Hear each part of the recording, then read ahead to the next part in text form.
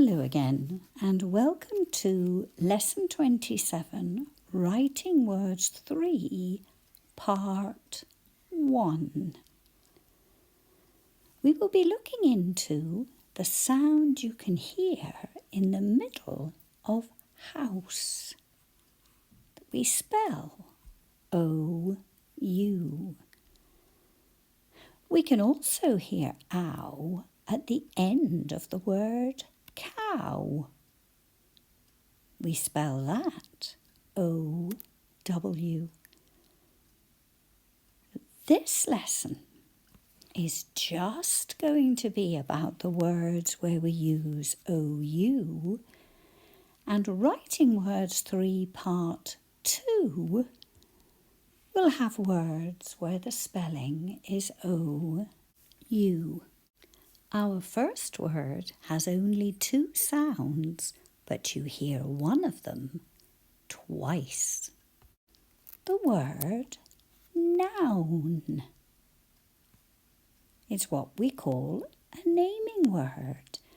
We have n at the beginning, ow in the middle, and n at the end again. N, I write the letter N.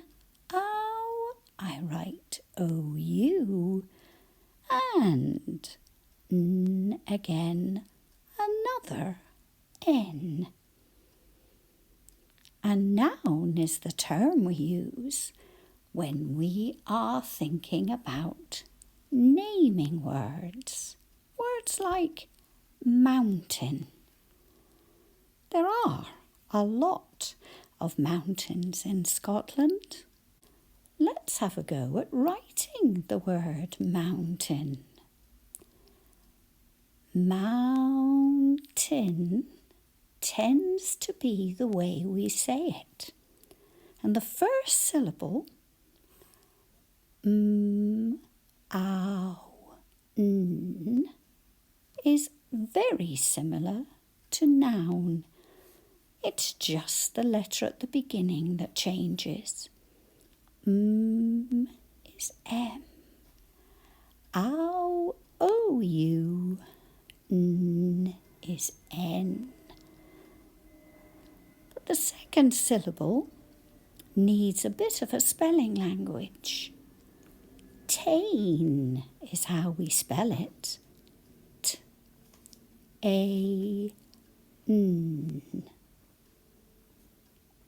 T is T. A-I. N is N. Mountain. And here's what it looks like when we join the 2 syllables together.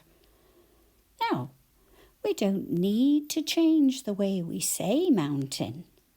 We just need to remember that we spell mountain in a different way.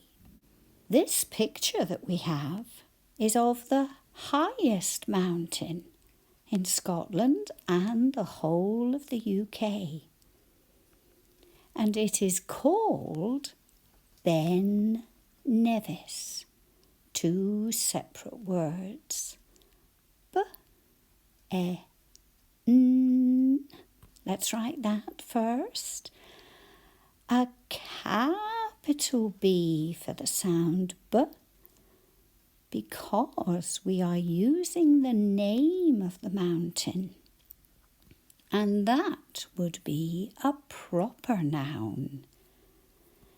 Nevis, nev-is, 2 syllables in this word, and the second word gets a capital letter as well. N-E-V-is.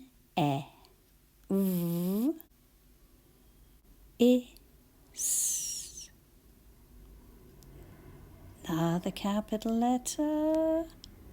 N is N, E is E, V is V, I is I, S is S. Ben Nevis. And here You can see where it is amongst the Grampian Mountains. You may have noticed in the picture of Ben Nevis that there were clouds. So our next word is going to be cloud because it has the ow sound in the middle. K, oo, ow, d. Let's write it. K is C, oo is L, ow, O-U, d is D. And here we have a picture of a cloud. And cloud is over on this side of the screen because we are going to be thinking about the word cloud with the first sound taken away. What would we have left? Loud. O is L, ow, O-U, d is D. Loud. And if a noise was too loud, you might want to cover up your ears. This time we are going to add a short vowel sound. What do you think our word's going to be? Well done. Allowed. Is A, and then we write loud again in exactly the same way. And you might use it if you were to say, I read my story aloud, rather than just reading in your head. Let's find out what we have next. Out. This time we're adding t to the end of our words. Ow, t. Okay. Ow is O-U, t is T. Out. Going to add a sound to the beginning, something that can be quite noisy. Any idea what that sound is going to be? If you shout. Sh, out. Sh, S-H.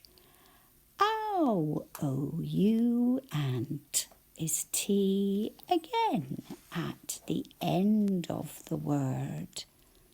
Shout. And we are going to remove sh, but we are going to put two different letters at the front of out. One of them is a short vowel sound and one of them is a consonant. About. A is A, B is B, ow, O-U, and T is T. Out, shout, and about. We could almost write a story if we were outside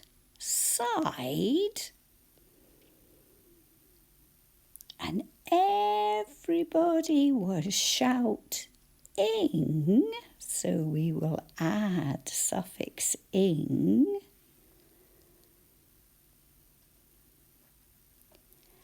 And we were having fun because we run about. And all sorts of different activities could be taking place. It doesn't need to be angry shouting. I think you can probably imagine the sort of words that we would be hearing from excited people having fun. In our next set of words, we are adding "nd" to the end, and around is the first word, rather like all those children running around. Round. Just one sound in that first syllable, and then round. Ow. Nd. Let's write it. Is A. R. Ow. O-U. N is N. D is D. Round at the end of around. But if we took away that first syllable, we'd need to take away the next one, because we'd be down to a one-syllable word. Round. Let's write it. And have a think about a word that rhymes with round. We just change the first sound. S is S. Ow. O-U. Nd. N-D.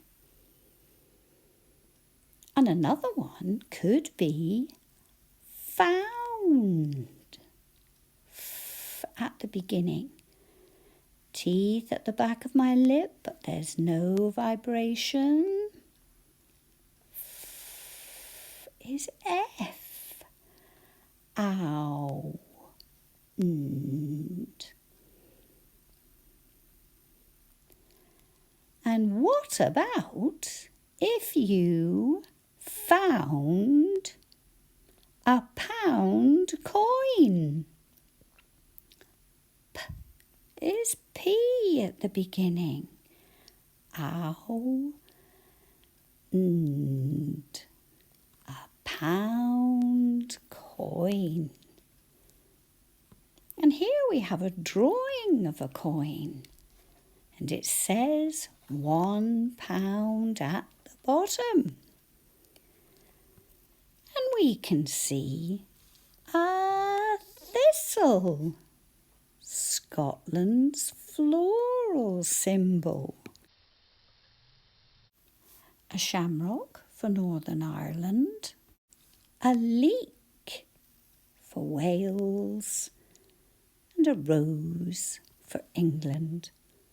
All the floral symbols for the UK.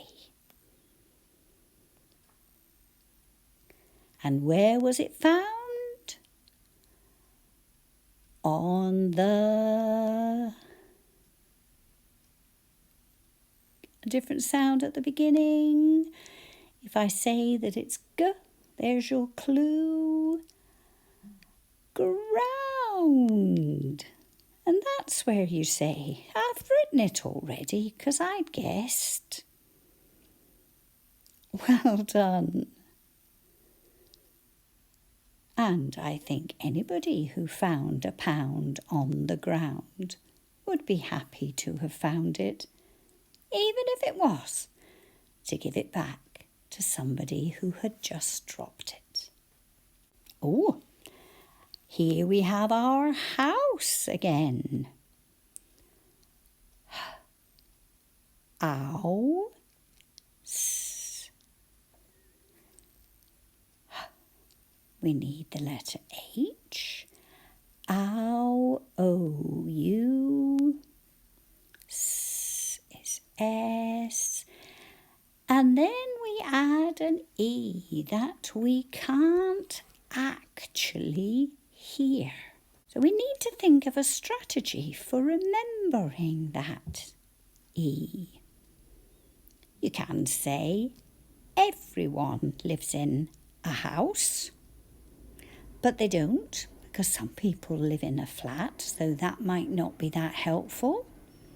You could say house E, as if it was an alphabet letter, and instead of having numbers, houses had letters. House E. And if there were more of them, we would say houses. And when we say houses, it sounds as if Z is in there. But we don't need to change that S. In fact, we drop the E at the end and add suffix ES. We don't just add an S, although I will agree, it does look like we do. Can you think of another word that rhymes with house? A tiny wee creature with 4 legs? Well done, a mouse.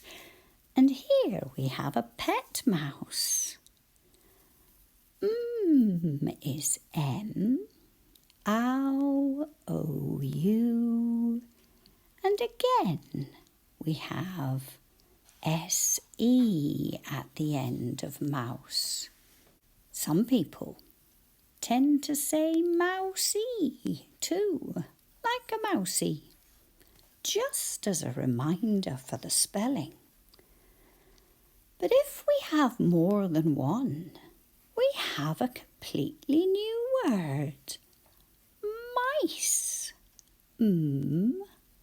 Ice.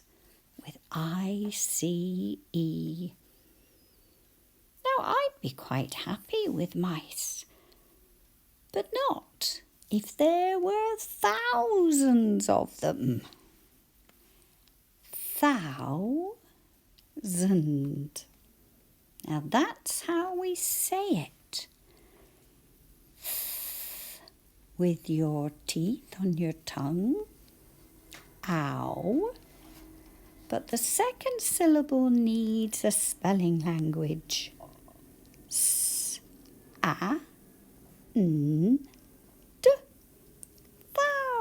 Thousand is how we spell it. So first syllable, thou, sand. But we say thousand. And if there were thousands of mice or anything else, although I have to say the only thing I've ever seen that came in thousands would be raindrops. But we just add an S. Thousands. And there we go, suffix S, to let us know that there is more than one. And thousands is definitely more than one. We have a picture of Scotland, and it's showing the mainland and the islands on the west. And as you go north, we get the Orkney Islands and the Shetlands. If we go north, we can also see west, east and south. This central belt with no mountains is where we'll find Glasgow. And the word we are going to be writing is south. S-ow.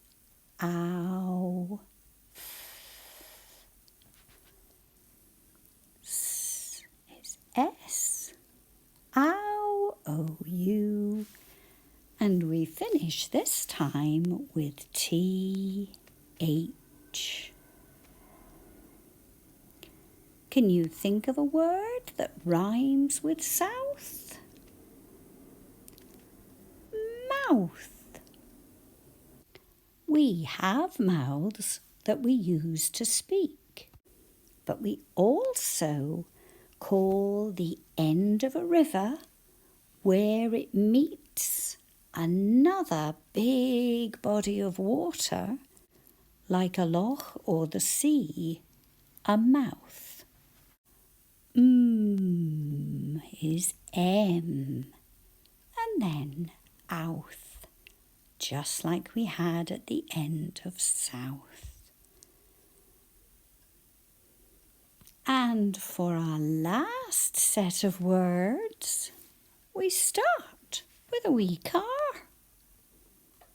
And you could say, that's like our car. Ow,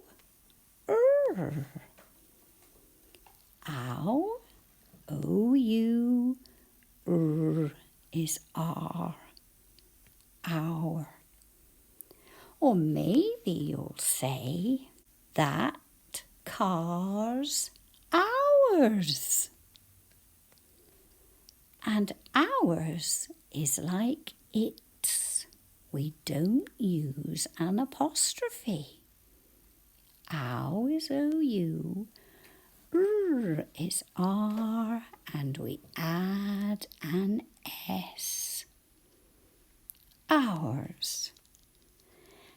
And if we see this clock, then you may immediately think of another word that sounds exactly the same as hour. And we're going to use the ear symbol for a silent letter because we write it with an H at the beginning, but we can't actually hear it. And sometimes it's helpful to give it a spelling language so that you can.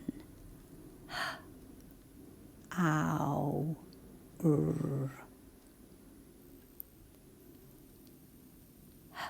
is H, ow, O-U, is R. But we don't say hour when we're speaking. We just use a spelling language as a strategy when we're writing.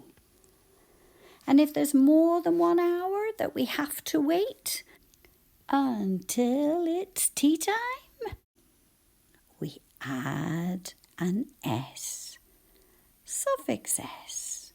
There is more than 1 hour to wait. Looking at that clock which says it's 10:10. Let's now have a think about a word that has hour at the end. Colour. We say colour, but we spell it k-o. Ow, Call hour. K is C, O is O, U is L, ow, O-U, and is R. Colour. And look at all these colours. Oh, you can even see that I've marked the colour I use when I've been writing these lessons on my iPad.